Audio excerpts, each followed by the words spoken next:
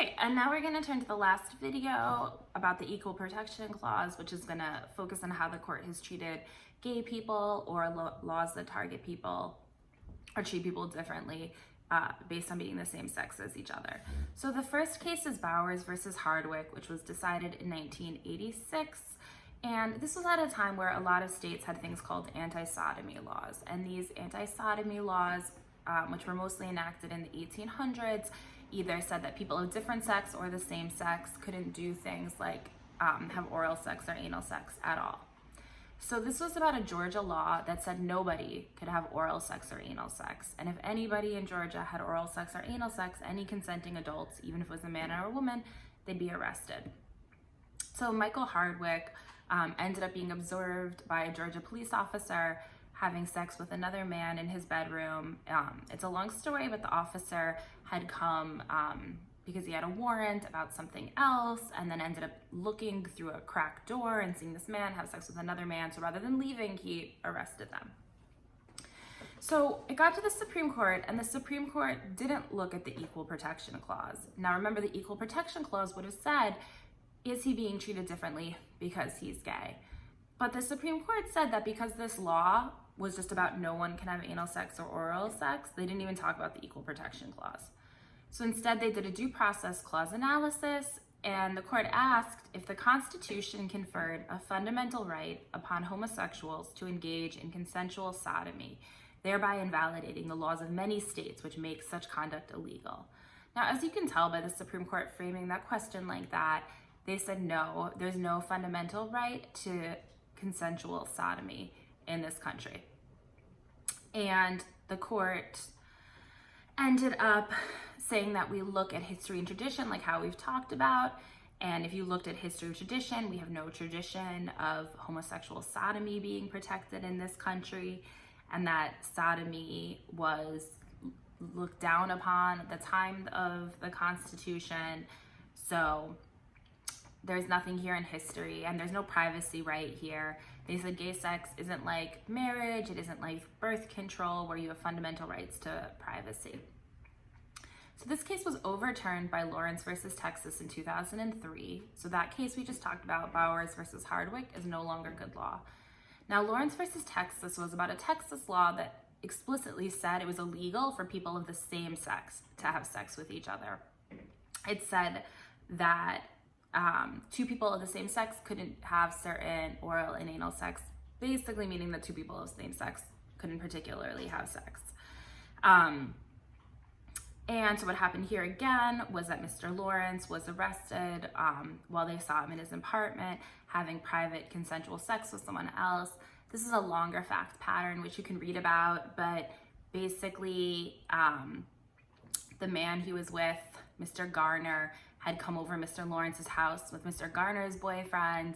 Mr. Garner thought that his boyfriend was flirting with Mr. Lawrence, and the boyfriend went to the store to say he was gonna get more alcohol, but when he was at the store, he called to say that there was a black man breaking into someone's house, because Mr. Lawrence, whose house it was a black man. So the cops showed up because the boyfriend called and found his boyfriend and the host having sex with each other and arrested them. And so in this case, the Supreme Court said, does this violate the Equal Protection Clause, and does it violate the Due Process Clause?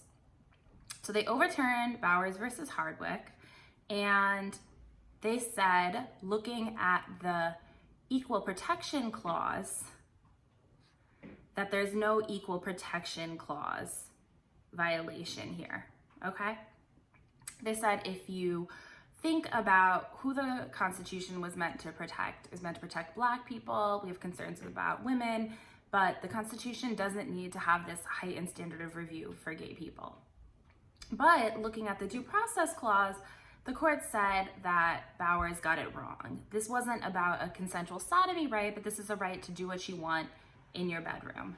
And basically the majority says that if you look at this country, having sex with who you want and what you do in your bedroom is off limits for the government. So it's not about consensual homosexual sodomy, but it's about, do you have a privacy right in this country to not have the government knock on the door and tell me, what are you doing in this bedroom?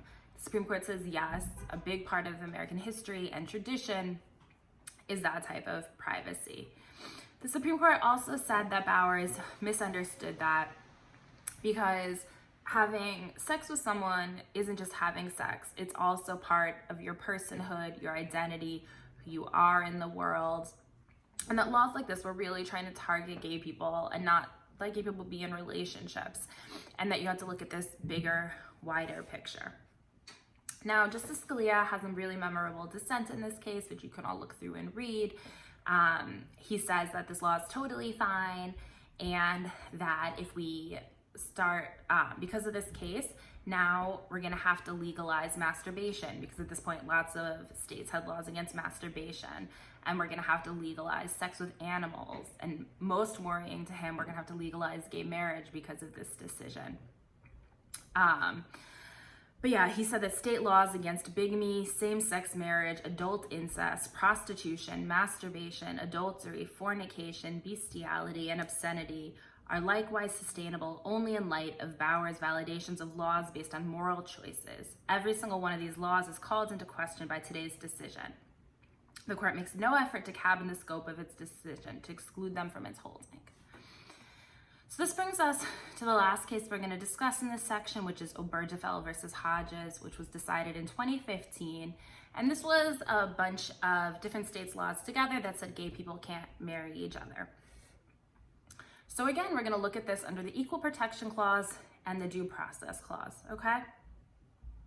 So what we end up having is that the court really ends up focusing on the Due Process Clause, but also the Equal Protection Clause, and says that this is like Loving versus Virginia and Lawrence versus Texas. So you put them together. The Due Process Clause says you have a right to privacy in your bedroom of who you have sex with, and the Due Process Clause says you have a right to decide who you're going to marry in this country. And laws that say that people of the same sex can't marry each other violate that, okay? And the second part, remember, with the Due Process Clause, you always ask if there's a right to privacy, and here there is a right to privacy. And the second thing you ask is, does the government have a good enough reason for doing it, right?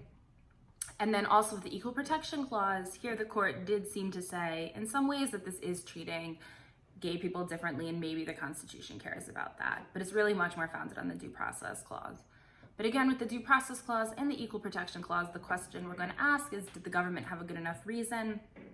Now, the reason why the government ended up saying they needed to have marriage only between opposite sex people was because only opposite sex couples can have accidental pregnancies, which is already not accurate. You could have trans couples, you could have couples where someone's raped, you could have incest, things like that, you could have cheating.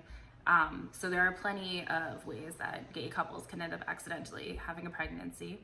But even aside from all of that, that was really the last reason that states had, because states couldn't say we want these laws because we don't like gay people, right? After Lawrence versus Texas, they couldn't say, you know, we're having these laws because we think gay people are going to go to hell, or because we believe in traditional marriage. So they had to come up with something, and what they came up with was this accidental pregnancy. And because only opposite sex couples could get accidentally pregnant, those are the only ones where you would need a man to stick around, because if he wasn't married, he might not stick around, and then the kids would have to be on state support. So the entire reason why states ended up saying they needed to keep marriage between men and women was because they needed an incentive only for straight couples for fathers to stick around. Now, the Supreme Court obviously said that's not a good enough reason, that this is a very big violation of your privacy and your liberty, and the state doesn't have a good enough reason. Again, a good enough reason would be to something like to stop people from dying. So they overturned the laws against gay marriage, and now all states have to allow same-sex people to get married to each other.